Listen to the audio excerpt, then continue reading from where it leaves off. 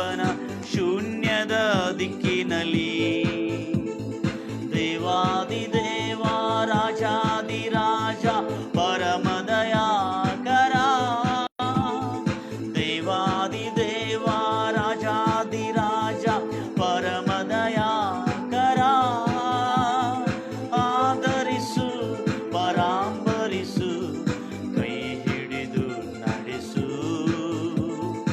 ಆದರಿಸು ಪರಾಂಬರಿಸು ಕೈ ಹಿಡಿದು ನಡೆಸು. ಜೀವನದಿ ಓ ಜೀವನದಿ ಏಸಯ್ಯ, ಜೀವನದಿ ಓ ಜೀವನದಿ. ಹೌದು ಕರ್ತನೆ, ಲೋಕದಲ್ಲಿ ಸಿಗಲಾರದಂತ ವರ್ತೆಯು ನೀನಾಗಿದ್ದೀ ಏಸಯ್ಯ. ಕರ್ತನಾದ ಒಡೆಯನೇ, ರಕ್ಷಕನೇ, ವಿಮೋಚಕನೇ, ನಿನಗೆ ಸ್ತೋತ್ರ. ಲೋಕದಲ್ಲಿ ಸಿಗಲಾರದಂತ ವರತೆಯು ನೀನಾಗಿದ್ದೀ. ಜೀವವುಳ್ಳ ನೀರನ್ನು ನೀಡಿ ಜೀವವ ಉಳಿಸಿದೀ. ಲೋಕದಲ್ಲಿ ಸಿಗಲಾರದಂತ ವರತೆಯು ನೀನಾಗಿದ್ದೀ. ಜೀವವುಳ್ಳ ನೀರನ್ನು ನೀಡಿ ಜೀವವ ಉಳಿಸಿದೀ. ದೇವಾದಿದೇವ ರಾಜಾದಿರಾಜ ಪರಮದಯಾಕರ, ದೇವಾದಿದೇವ ರಾಜಾದಿರಾಜ ಪರಮದಯಾಕರ, ಆದರಿಸು ಪರಾಂಬರಿಸು ಕೈ ಹಿಡಿದು ನಡೆಸು, ಆದರಿಸು ಪರಾಂಬರಿಸು ಕೈ ಹಿಡಿದು ನಡೆಸು. ಜೀವನದಿ ಓ ಜೀವನದಿ, ಜೀವನದಿ ಓ ಜೀವನದಿ. ಇದ್ದಾಗ ಎಲ್ಲ, ಇಲ್ಲದಾಗ ಯಾರಿಲ್ಲ, ಯಾರಿಗೆ ಯಾರು ಇಲ್ಲ. ಆದಿಯು ನೀನೆ, ಅಂತ್ಯವು ನೀನೆ, ನನ್ನುಸಿರು ನೀನೆ ನೀನೆ. ಇದ್ದಾಗ ಎಲ್ಲ, ಇಲ್ಲದಾಗ ಯಾರಿಲ್ಲ, ಯಾರಿಗೆ ಯಾರು ಇಲ್ಲ. ಆದಿಯು ನೀನೆ, ಅಂತ್ಯವು ನೀನೆ, ನನ್ನುಸಿರು ನೀನೆ ನೀನೆ. ದೇವಾದಿದೇವ ರಾಜಾದಿರಾಜ ಪರಮದಯಾಕರ, ದೇವಾದಿದೇವ ರಾಜಾದಿರಾಜ ಪರಮದಯಾಕರ, ಆದರಿಸು ಪರಾಂಬರಿಸು ಕೈ ಹಿಡಿದು ನಡೆಸು, ಆದರಿಸು ಪರಾಂಬರಿಸು ಕೈ ಹಿಡಿದು ನಡೆಸು. ಜೀವನದಿ ಓ ಜೀವನದಿ, ಜೀವನದಿ ಓ ಜೀವನದಿ. ಹೌದು ರಾಜ, ನಮ್ಮ ಒಡೆಯನೇ, ನಮ್ಮ ರಕ್ಷಕನೇ ಏಸಯ್ಯ, ನಮಗೆ ಜೀವ ನದಿಯಾಗಿದೆ ಕರ್ತನೆ. ಜೀವವುಳ್ಳ ನೀರನ್ನು ನೀಡಿ ಜೀವವ ಉಳಿಸಿದಿ ಕರ್ತನೆ. ಕರ್ತನೆ, ಅನೇಕ ಜನರು ಕರ್ತನೆ ಮರಣದ ಹಂತಕ್ಕೆ, ಅನೇಕ ಜನರು ಮರಣದ ಭೀತಿ ಅವರನ್ನು ಕಾಡ್ತಾ ಇದ್ದಾರೆ ರಾಜ. ಇವತ್ತು ಜೀವವುಳ್ಳ ನಿನ್ನ ವಾಕ್ಯಗಳಿಂದ ಕರ್ತನೆ, ಜೀವವುಳ್ಳ ನಿನ್ನ ವಾಕ್ಯಗಳಿಂದ, ನೀರಿಂದ ಜೀವವ ಉಳಿಸಬೇಕೆಂಬುದಾಗಿ ಪ್ರಾರ್ಥನೆಯಿಂದ ಕರ್ತನೆ ಈ ಕಾರ್ಯಕ್ರಮವನ್ನು ಆರಂಭ ಮಾಡ್ತಾ ಇದ್ದೀವಿ ರಾಜ. ನಿನಗೆ ಸ್ತೋತ್ರ ಉಂಟಾಗಲಿ ಕರ್ತನೆ. ಮಹೋನ್ನತನೇ, ಕರುಣಾಮಯನೇ, ದಯಾಪರಣೆ, ನಿನಗೆಷ್ಟು ಕೋಟಿ ವಂದನೆಗಳು ಸಲ್ಲಿಸಿದ್ರು ಕೂಡ ಕಡಿಮೆ ರಾಜ. ನೀನು ಒಳ್ಳೆಯವನು ಕರ್ತನೆ. ನಿನ್ನನ್ನೇ ನಾವು ನಂಬಿಕೊಂಡಿದ್ದೇವೆ, ನಿನ್ನ ಮೇಲೆ ನಾವು ಆಶ್ರಯಿಸಿಕೊಂಡಿದ್ದೇವೆ ರಾಜ. ಸ್ತೋತ್ರ ಕರ್ತನೆ, ಕೃಪೆಯ ರಾಜ. ಎಲ್ಲ ನನ್ನ ಪ್ರಿಯ ಸಹೋದರಿಗೆ ಪ್ರಾರ್ಥನೆಯೊಟ್ಟಿಗೆ ನಾನು ಸ್ವಾಗತಿಸುತ್ತಾ ಇದ್ದೇನೆ. ಈ ಒಂದು ಶುಭ ಸಂದೇಶ, ಯೇಸು ಕ್ರಿಸ್ತನ ಈ ಶುಭ ಸಂದೇಶ ಕಾರ್ಯಕ್ರಮಕ್ಕಾಗಿ, ಈ ಶುಭವಾರ್ತೆ ಕಾರ್ಯಕ್ರಮಕ್ಕಾಗಿ ಎಲ್ಲರನ್ನು ಸ್ವಾಗತಿಸ್ತಾ ಇದ್ದೇನೆ ಕರ್ತನೆ. ರಾಜಾದಿರಾಜನೇ, ನಿನ್ನ ನಾಮಕ್ಕೆ ಮಹಿಮೆಯುಂಟಾಗಲಿ ಕರ್ತನೆ. ಕೇಳತಕ್ಕಂಥ ಪ್ರತಿಯೊಂದು ವೀಕ್ಷಕರು, ಭಕ್ತರು ತವಕದಿಂದ ಕರ್ತನೆ, ಎಷ್ಟೋ ದಾಹದಿಂದ ಕರ್ತನೆ. ಯಾಕಂದರೆ ಕರ್ತನೆ, ಅವರು ಇವತ್ತಿನ ದಿನದಲ್ಲಿ ಕರ್ತನೆ ನಿನ್ನ ಆಲಯಕ್ಕೆ ಬರಲಿಕ್ಕೆ ಆಗಲಾರ್ದಂಥ ಸ್ಥಿತಿಯಲ್ಲಿದ್ದರೂ ಕೂಡ ಕರ್ತನೆ, ಅವರ ಮನೆಯಿಂದ ಕರ್ತನೆ ಈ ನೇರ ಪ್ರಸಾರಣೆಯನ್ನು ಕೇಳಿ ಕರ್ತನೆ, ಅವರ ಜೀವನವನ್ನು ಇನ್ನೂ ಹೆಚ್ಚಾಗಿ ಕರ್ತನೆ, ರಾಜ ಮರಣಕರವಾದಂಥ ಸ್ಥಿತಿಗಳು ಅವರು ಬಂದಿರುವುದಾದ್ರೆ ಕರ್ತನೆ, ಅವರು ಬಿಡಿಸು ಕರ್ತನೆ. ಒಂದು ವೇಳೆ ಸುರಕ್ಷಿತವಾಗಿರೋದಾದ್ರೆ ಕರ್ತನೆ, ಇನ್ನೂ ಸುರಕ್ಷತೆಯನ್ನು ಅವ್ರಿಗೆ ಅನುಗ್ರಹಿಸಿದ ಕೇಳ್ತಾ ಇದ್ದಾರೆ ರಾಜ. ಶುಭವು, ಕ್ಷೇಮವು, ಸಮೃದ್ಧಿಯು, ಅಭಿವೃದ್ಧಿಯು, ರಕ್ಷಣೆಯು, ಆರೋಗ್ಯದ ರಕ್ಷಣೆ, ಅವರ ಆರೋಗ್ಯದ ರಕ್ಷಣೆ, ಅವರ ಕುಟುಂಬದ ರಕ್ಷಣೆ, ಅವ್ರ ಸ್ವಾಸ್ಥ್ಯಕ್ಕಿರುವ ರಕ್ಷಣೆ ಕರ್ತನೆ, ಅವ್ರಿಗಿರ್ತಕ್ಕಂಥ ಎಲ್ಲ ಸಮಸ್ತ ಅವ್ರಿಗಿರುವ ಎಲ್ಲ ಸ್ವತ್ತುಗಳಿಗೆ ರಕ್ಷಣೆ ಉಂಟಾಗಲಿ. ಯಾರ್ಯಾರು ಯೇಸುವಿನ ಈ ಶುಭ ವಾರ್ತೆಯನ್ನು ಕರ್ತನೆ ನಂಬಿಕೆಯಿಂದ ಭಕ್ತಿಯಿಂದ ಕೇಳ್ತಾ ಇದ್ರು, ಖಂಡಿತವಾಗಿ ಆ ರಕ್ಷಣೆ ಅವರಿಗೆ ಉಂಟಾಗಲಿ ಎಂಬುದಾಗಿ ಹಾರೈಸುತ್ತಾ ಕರ್ತನೆ ಪ್ರಾರ್ಥಿಸಿ ಬೇಡಿ ಹೊಂದಿದ್ದೀನಿ ತಂದೆ. ದೇವರ ನಾಮಕ್ಕೆ ಮಹಿಮುಂಟಾಗಲಿ. ಅನೇಕ ಜನರು ನನ್ನನ್ನು ದೂರ ದೇಶ ವಿದೇಶಗಳಿಂದ ವೀಕ್ಷಿಸ್ತಿರ್ತಕ್ಕಂಥ ನನ್ನ ಪ್ರಿಯ ಸಹೋದರಿ ಸಹೋದರರು, ಬಹಳ ಜಾಗೃತಿಯಿಂದ ನೀವು ಎಷ್ಟೋ ದಿನಗಳಿಂದ ಬಹಳಷ್ಟು ದೂರ ಪ್ರದೇಶಗಳಿಂದ ನೀವು ದೇವರ ವಾಕ್ಯವನ್ನು ಕೇಳ್ತಾ ಇದ್ರಿ. ನನಗೆ ಬಹಳ ಸಂತೋಷವಾಯಿತು. ದೇವರ ನಾಮಕ್ಕೆ ಮಹಿಮೆ ಉಂಟಾಗಲಿ. ಗಂಭೀರವಾಗಿ ಹೇಳ್ತಾರಲ್ಲೂಯ್ಯ, ಪ್ರೈಸ್ ಲಾರ್ಡ್ ಜೀಸಸ್. ಮನೋಪೂರ್ವಕದಿಂದ ಹೇಳ್ತೀರಿ ಅಲ್ಲೂಯ್ಯ.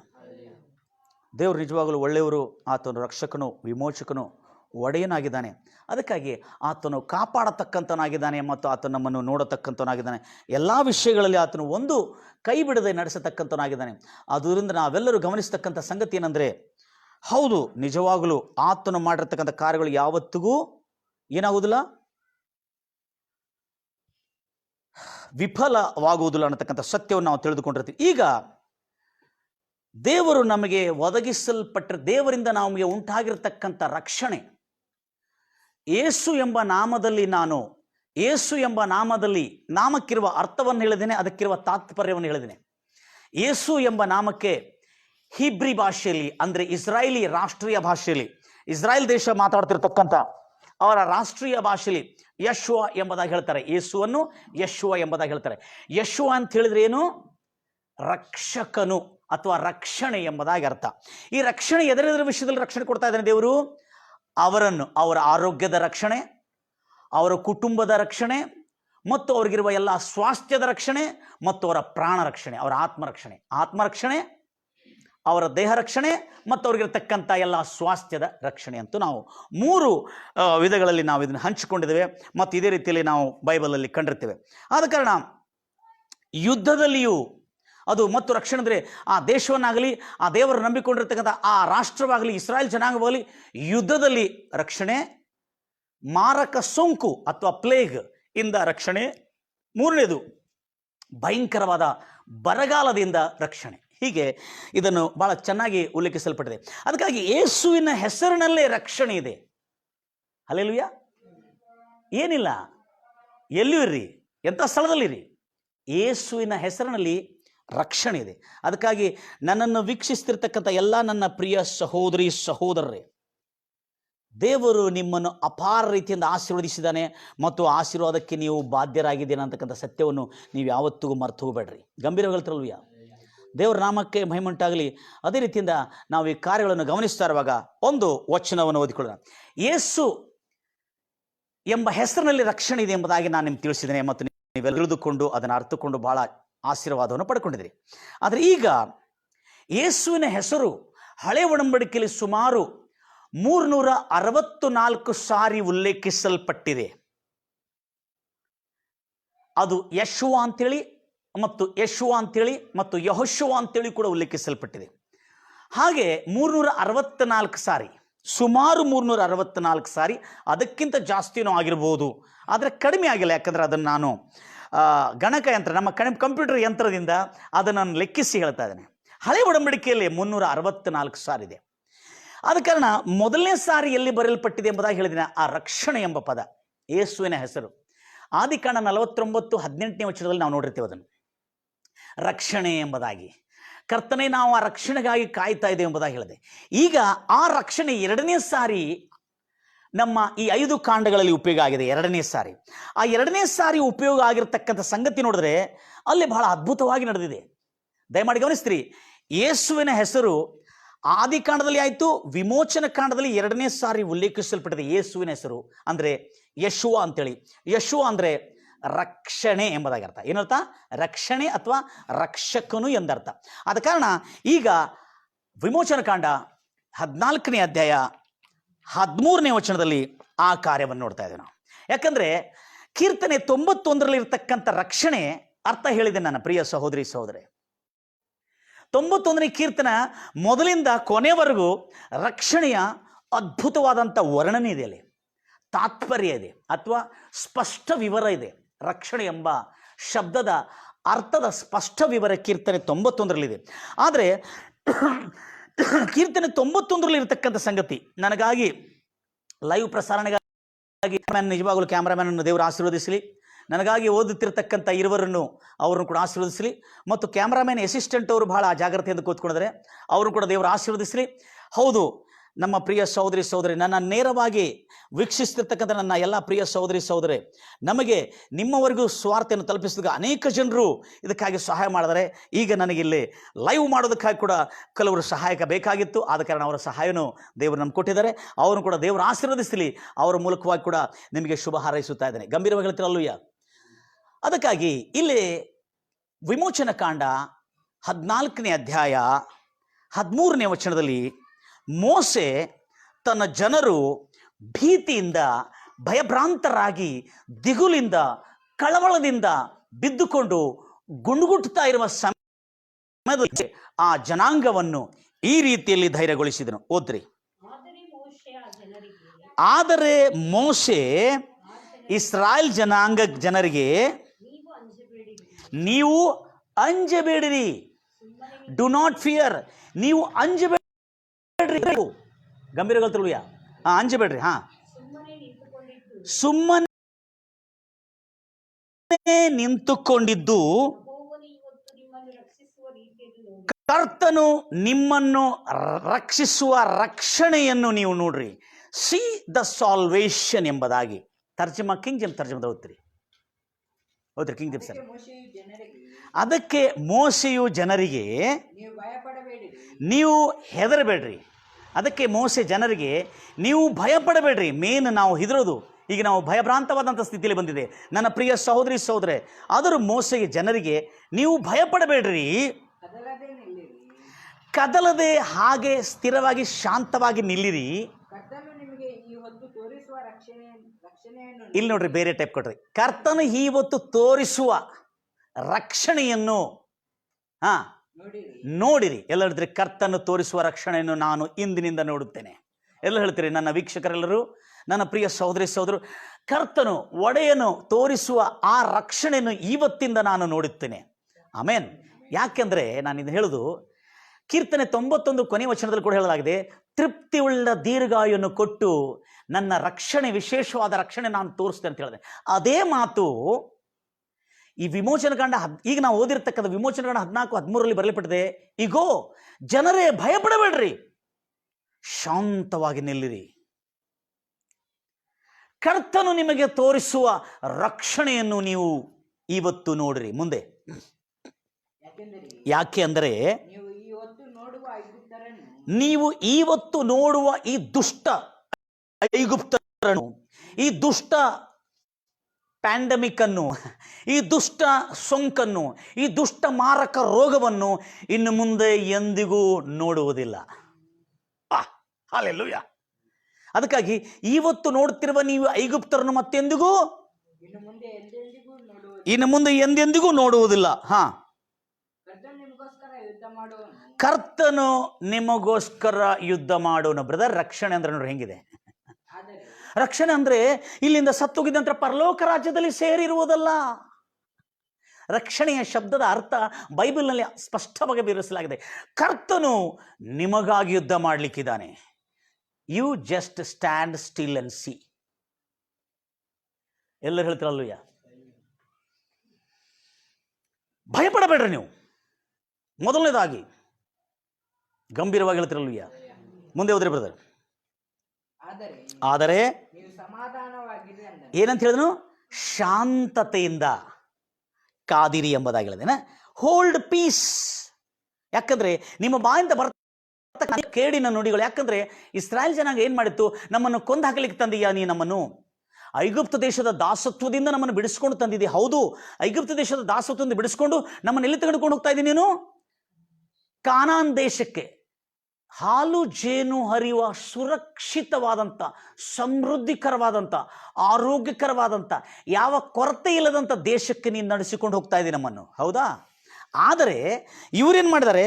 ನಾವು ಮೊದಲೇ ಹೇಳಿದರು, ಅದಕ್ಕಾಗಿಲೇ ಗಾಬರಿಯಾಗಿ ದಿಗುಲುಪಟ್ಟು ಕಳವಳದಿಂದ ಇಸ್ರಾಯೇಲ್ ಜನಾಂಗ ಗುಣಗಳು ಆರಂಭಿಸಿದ್ರು. ಆಗ ಮೋಸೆ ಈ ರೀತಿಯಲ್ಲಿ ಹೇಳಿದನ, ಎಷ್ಟು ಚೆನ್ನಾಗಿ ಹೇಳಿದ ನೋಡ್ರಿ ಆ ಮಾತಲ್ಲಿ.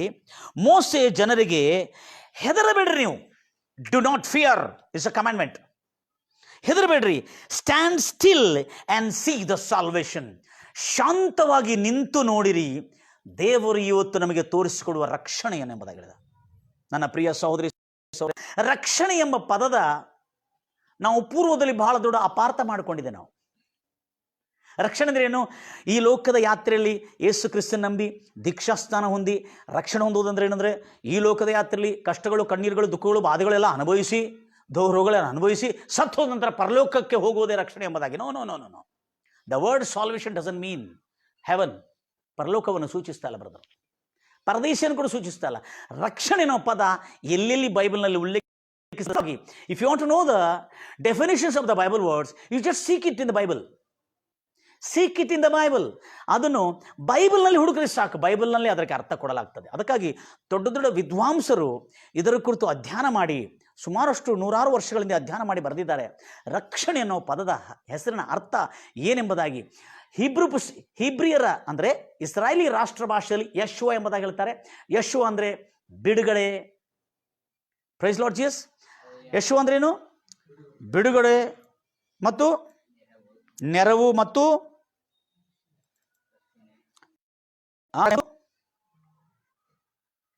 ಸಹಾಯ, ಅಭಿವೃದ್ಧಿ, ಕಲ್ಯಾಣ ಅಂದರೆ ಕ್ಷೇಮ, ಸೌಖ್ಯ, ಸುಖ ಎಂಬುದಾಗಿ. ಸುಖ, ಸೌಖ್ಯ, ಕ್ಷೇಮ ಎಂಬುದಾಗಿ ಇದು ರಕ್ಷಣೆಯಲ್ಲಿ ಉಲ್ಲೇಖಿಸಲ್ಪಟ್ಟಿರ್ತಕ್ಕಂಥ ಪದಗಳಾಗಿದೆ. ಆದರೆ ಇವರು ಯಾರು? ಇಸ್ರಾಯೇಲ್ ಜನಾಂಗ ಕಡೆಯ ವರ್ಷಗಳು, 430 ವರ್ಷಗಳಲ್ಲ, ಕಡೆ ವರ್ಷಗಳು, 430 ವರ್ಷಗಳಲ್ಲಿ ಕಡೆ ಕೆಲವು ವರ್ಷಗಳಲ್ಲಿ ಅವರ ಮೇಲೆ ಏನು ಬಂದಿತ್ತು? ಉಪದ್ರವ ಬಂದಿತ್ತು. ಇಸ್ರಾಯೇಲ್ ಜನಾಂಗ ಐಗುಪ್ತ ದೇಶದಲ್ಲಿರುವಾಗ, ಐಗುಪ್ತರ ಮೇಲೆ ಉಪದ್ರವ ಬಂದಿರುವಾಗಲೂ ದೇವರು ಇಸ್ರಾಯೇಲ್ ಜನಾಂಗವನ್ನು ಏನು ಮಾಡಿದಾನೆ? ಆ ಉಪದ್ರವ, ಆ ಒಂದು ಮಾರಕ ಸೋಂಕುಗಳಿಂದ, ಆ ವ್ಯಾಧಿಗಳಿಂದ, ಆ ಜಾಡ್ಯಗಳಿಂದ ಅವರನ್ನು ಕಾಪಾಡಿಕೊಳ್ತಾ ಬಂದನು. ತದನಂತರ ಅವರು ಇಸ್ರಾಯೇಲ್ ಜನಾಂಗ ಐಗುಪ್ತ ದೇಶದ ದಾಸತ್ವದಿಂದ, ಆ ಗುಲಾಮತ್ವದಿಂದ ಅವರನ್ನು ಬಿಡಿಸಿಕೊಂಡು ಬರ್ತಾ ಇರೋ ಸಮಯದಲ್ಲಿ ಈ ಪರೋ ಅರಸನು, ಐಗುಪ್ತ ದೇಶದ ಅರಸನು ಏನು ಮಾಡಿದಾನೆ? ಅವರನ್ನು ಕಳ್ಕೊಂಡ್ರೆ ಹೇಗೆ ಅಂತೇಳಿ ಮತ್ತು ತಿರುಗಿ ಅವರನ್ನು ರಥಗಳಿಂದ ಮತ್ತು ಕುದುರೆಗಳಿಂದ ತನಗಿರ್ತಕ್ಕಂಥ ಸೈನ್ಯ ಸಮೂಹವನ್ನು ತೆಗೆದುಕೊಂಡು ಅಟ್ಟಿಸಿಕೊಂಡು ಓಡಿ ಬರ್ತಾ ಇದ್ದಾನೆ. ಅನೇಕ ಸೈನ್ಯ ಸಮೂಹಗಳು ತೆಗೆದುಕೊಂಡು ಅಟ್ಟಿಸಿ ತಗೊಂಡು ಓಡಿ ಬರ್ತಾ ಇದ್ದಾನೆ. ಸುಮಾರಷ್ಟು ಕೆಲವು ವರ್ಷಗಳು, ಕಡೆಯ ವರ್ಷಗಳಿಂದ ಪೀಡಿಸ್ತಿರ್ತಕ್ಕಂಥ, ಬಾಧಿಸ್ತಾ ಇದ್ರು. ಯಾರು? ಐಗುಪ್ತ ದೇಶದ ಅರಸನು ಬಾಧಿಸ್ತಾ ಇದ್ದ. ಅಲ್ಲಿ ಇರ್ತಕ್ಕಂಥ ಎಲ್ಲ ಸೈನಿಕರು, ಸಮೂಹಗಳು ಎಲ್ಲ ಐಗುಪ್ತ ದೇಶದ ಆಡಳಿತದಲ್ಲಿರ್ತಕ್ಕಂಥವ್ರನ್ನು ಬಾಧಿಸ್ತಾ ಇದ್ದ, ತೊಂದರೆ ಕೊಡ್ತಿದ್ರು, ಹಿಂಸಿಸ್ತಾ ಇದ್ರು. ಆದ ಕಾರಣ ಗಮನಿಸ್ತೀರಿ ಈ ಮಾತನ್ನು ದಯಮಾಡಿ ದೇವರ ಮಕ್ಕಳೇ. ಅಂದರೆ ಇಂಥ ಸಮಯದಲ್ಲಿ ಇವರು ತಪ್ಪಿಸಿ ಅವರನ್ನು, ಇಸ್ರಾಯೇಲ್ ಜನಾಂಗವನ್ನು ಐಗುಪ್ತ ದೇಶದ ಬಾಧೆಯಿಂದ, ದಾಸತ್ವದಿಂದ ಬಿಡಿಸಿಕೊಂಡು ಬರ್ತಾ ಇರೋ ಸಮಯದಲ್ಲಿ ಹೋಗುತ್ತಾ ಇರುವ ಮಾರ್ಗದಲ್ಲಿ ಮತ್ತು ತಿರುಗಿ ಐಗುಪ್ತರವ್ರನ್ನ ಅಟ್ಟಿಸಿಕೊಂಡು ಬಂದರು. ಮೊದಲೊಂದು ಸಾರಿ ಬಾಧಿಸಿರಾಯ್ತು, ಸೆಕೆಂಡ್ ವೇವ್ ಬಂತು.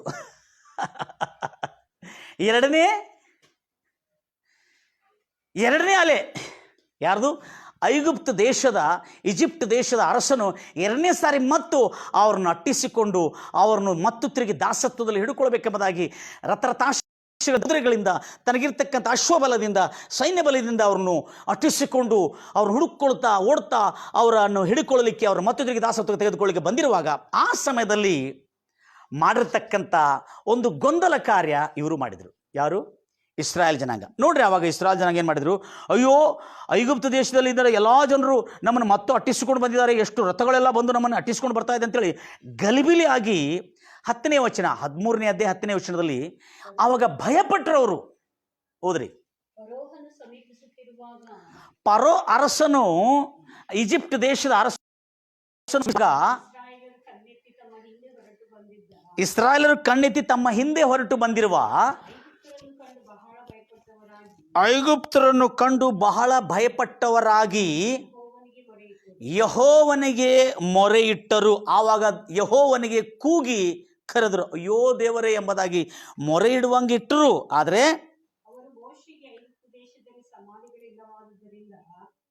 ಎಷ್ಟನೇ ವಚನ ಓದಿರಿ ಸಿಸ್ಟರ್? 10ನೇ ವಚನ ಅಲ್ಲ? ಯೆಹೋವನಿಗೆ ಅವರು ಮೊರೆ ಇಟ್ಟರು. ಹೌದು, ಕೂಗಿ ಮೊರೆ ಇಟ್ಟರು. ಆದರೆ ತದನಂತರ ಮೋಸೆಗೆ ಏನಂತ ಹೇಳಿದ್ರು?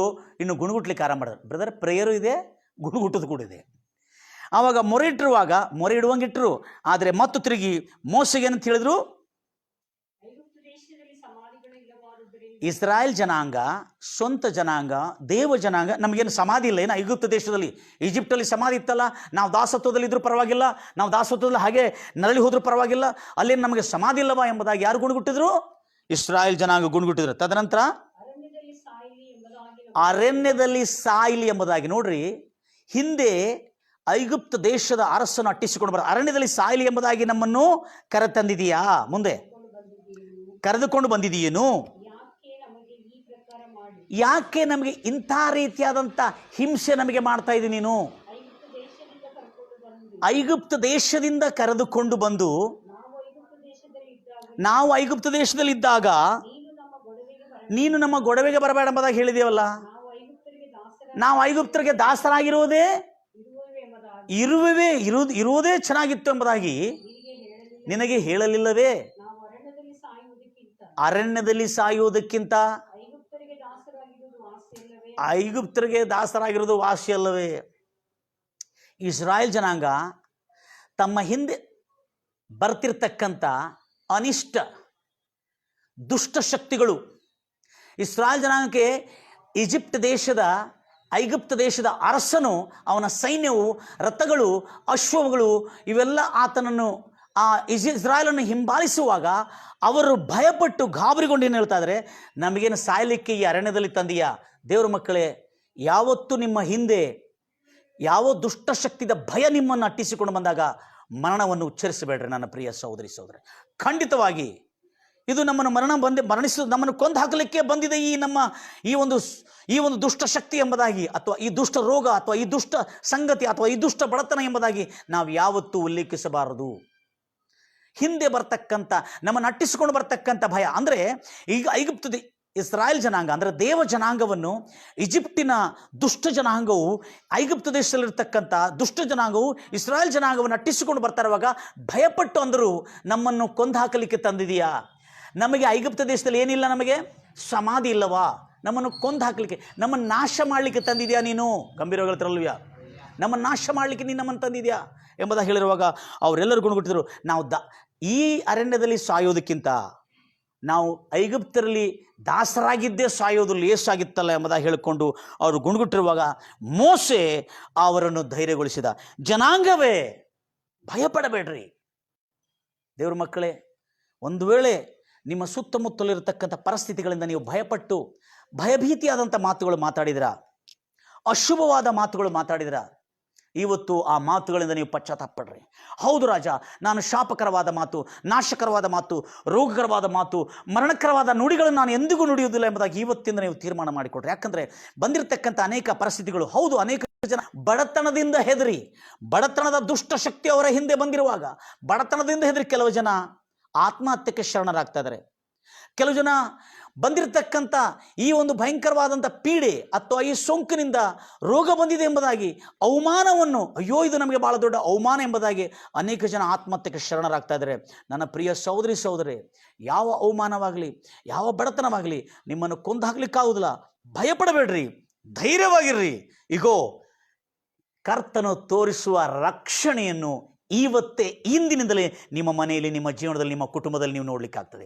ಆ ರಕ್ಷಣೆ ಏನಂದರೆ, ನಿನ್ನನ್ನು ರೋಗದಿಂದ ರಕ್ಷಿಸ್ತಾನೆ, ರೋಗ ಬರದಂತೆ ರಕ್ಷಿಸ್ತಾನೆ.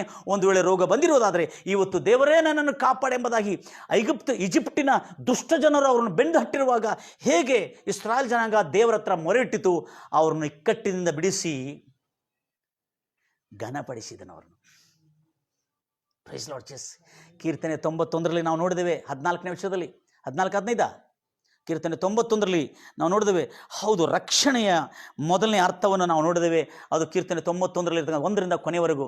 ಆದರೆ ಆ ರಕ್ಷಣೆ ಈಗ ನಾವು ರೋಗದಿಂದ ಮಾತ್ರವಲ್ಲ, ದುಷ್ಟ ಶಕ್ತಿಗಳಿಂದ, ದುಷ್ಟ ರಾಜಕೀಯ ಶಕ್ತಿಗಳು ಇಸ್ರಾಯೇಲ್ ಜನಾಂಗವನ್ನು ದಬ್ಬಾಳಕೆಯಿಂದ ತುಳಿಯಬೇಕೆಂಬುದಾಗಿ ನೋಡಿತು. ಯಾವ ದುಷ್ಟ ಶಕ್ತಿಗಳು?